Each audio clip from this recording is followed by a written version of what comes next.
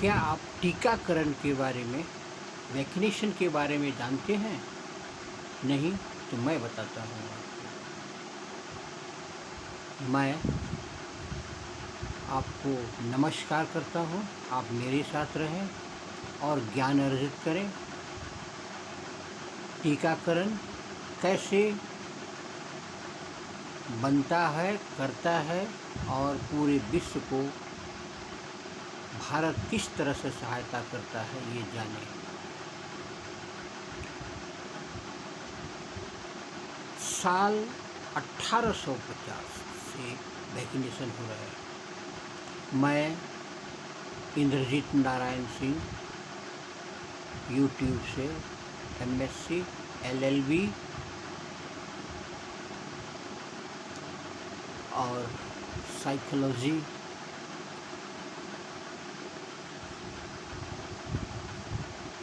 मैं आपको बता रहा हूँ कि साल 1950 तक भारत 1850 तक भारत वैक्सीनेशन के लिए पूरी तरह से ब्रिटेन पर निर्भर था, लेकिन पिछले 170 सालों में हालात ऐसे बदले कि आज कई देशों को भारत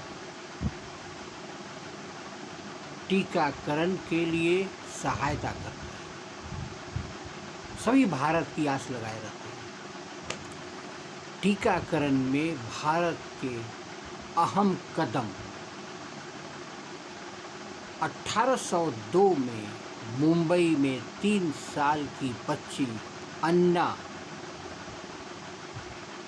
डुस्टाल को पहली बार वैक्सीन की खुराक दी गई। यह वैक्सीन स्मॉल पॉक्स चेचक की थी।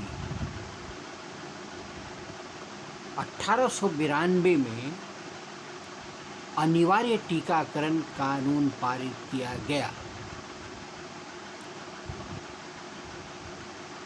इसका मकसद चेचक को महामारी बनने से रोकना था, लेकिन यह कानून कमोवेश कागजों पर ही रहा। 1879 में मद्रास अब चेन्नई में पहली बार वैक्सीन के ट्रायल किए गए। ये एनिमल ट्रायल थे।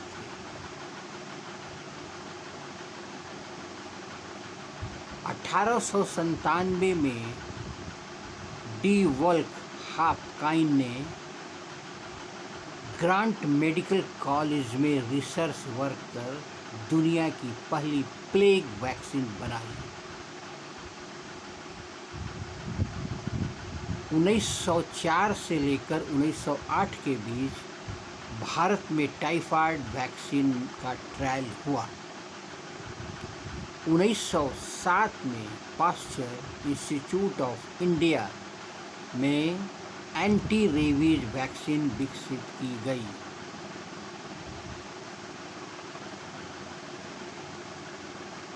1957 में पाश्चर इंस्टीट्यूट ने इन्फ्लुएंजा वैक्सीन विकसित की। 1966 में डॉक्टर साइरस पूनावाला ने पुणे में सीरम इंस्टीट्यूट ऑफ इंडिया की स्थापना की। 1966 के बाद भारत में सीरम बनना शुरू हुआ। टीकाकरण का अभियान शुरू हो गया। 1970 में पाश्चर इंस्टीट्यूट ने स्वदेशी ओरल पोलियो वैक्सीन विकसित की। BCG वैक्सीन भारत का एक अलग प्रयोग था। भारत का प्रयोग जो पूरे विश्व में लागू है। 1968 में तमिलनाडु के लिंगेलपुल में BCG के प्रभाव को लेकर ट्रायल किया गया। इसमें पाया गया कि अगर बच्चों में TB को रोकना है, वह वैक्सीन 1 साल से कम उम्र में ही देनी होगी। भारत ने इसे अपनी वैक्सीन पॉलिसी में शामिल किया। इसके बाद दुनिया भर के देशों ने भी ऐसा ही किया। चेचक उन्मूलन, भारत ने दुनिया को गाइडलाइन दी। भारत के ये सारी कार्यक्रम सराहनीय है। भारत में साल 1968 में व्यापक तौर पर चेचक उन्मूलन कार्यक्रम शुरू हुआ। 1977 में भारत को चेचक मुक्त घोषित कर दिया गया। चेचक टीकाकरण अभियान की सफलता ने न केवल भारत में बल्कि खासकर गरीब विकासशील देशों के लिए भी टीकाकरण की एक गाइडलाइन प्रस्तुत की। इसके बाद भारत ने 1978 में expanded programme of immunisation EPI शुरू किया। इसके तहत BCG, OPV, DPT और टाइफाइड, पैरा टाइफाइड वैक्सीनों को शामिल किया गया। अब आगे देखिए। 60% वैक्सीन यूनिसेफ को भारत हमेशा देता है, देता रहेगा। यूनिसेफ को होने वाली वैक्सीन की आपूर्ति में 60% हिस्सा भारत का है। इसकी वजह यह है कि भारत में वैक्सीन के क्लिनिकल ट्रायल को लेकर उत्पादन तक की लागत विकसित देशों की तुलना में बहुत कम है। यूनिसेफ इस वैक्सीन का इस्तेमाल गरीब देशों में निःशुल्क टीकाकरण कार्यक्रम में करता है। 75% वैक्सीन निर्यात की जाती है। कुल निर्मित वैक्सीन की 25% वैक्सीन देश में इस्तेमाल की जाती है। 65% बच्चों को भारत में बनी वैक्सीन लगती है। दुनिया भर में सीरम के दावों के अनुसार होती है। 95 अरब रुपए भारत का वैक्सीन बाजार है। भारत में 2020 तक वैक्सीन का बाजार 95 अरब रुपए तक पहुंच गया था।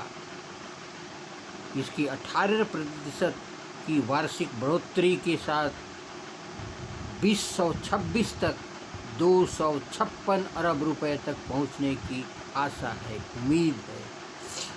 वैक्सीन के विकास और उत्पादन में निजी क्षेत्र की 14 वैक्सीन निर्माता कंपनी कार्यरत हैं।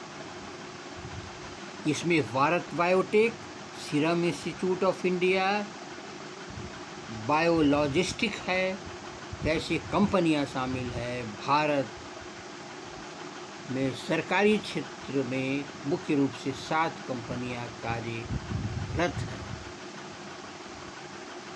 आपने अभी वैक्सीनेशन टीकाकरण की कहानी सुनी, भारत की टीकाकरण। आपको मैं अनुरोध करूंगा कि बेल आइकन को दबाएं और सब्सक्राइब ज़रूर करें ताकि आपका और मेरा संबंध बना रहे। धन्यवाद।